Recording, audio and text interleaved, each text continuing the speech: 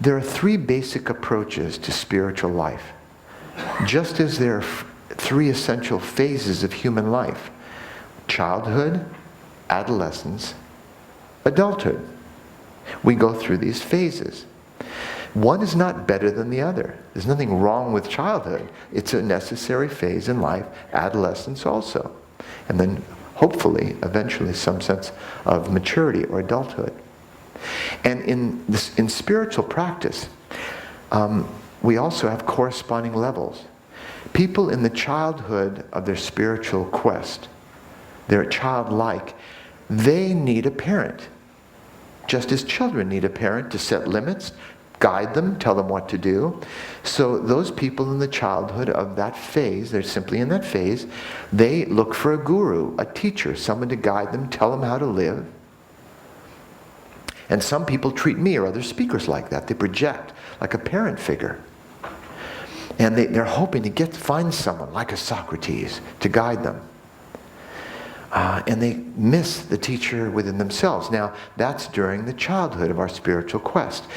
When we graduate to adolescence, we become much more obnoxious. But it is a higher level.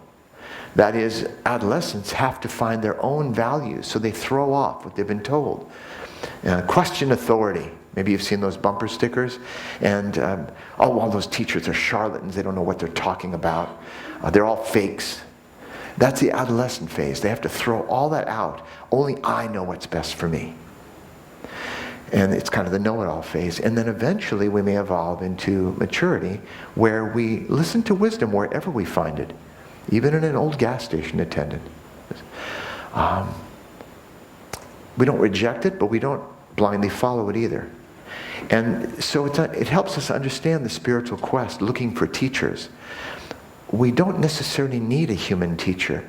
But before the time of the Greeks, the ancient Greeks, the body was less anchored to the soul, so to speak. And having a personal relationship with a guide who would know you better than you knew yourself and guide you through life could be extremely valuable.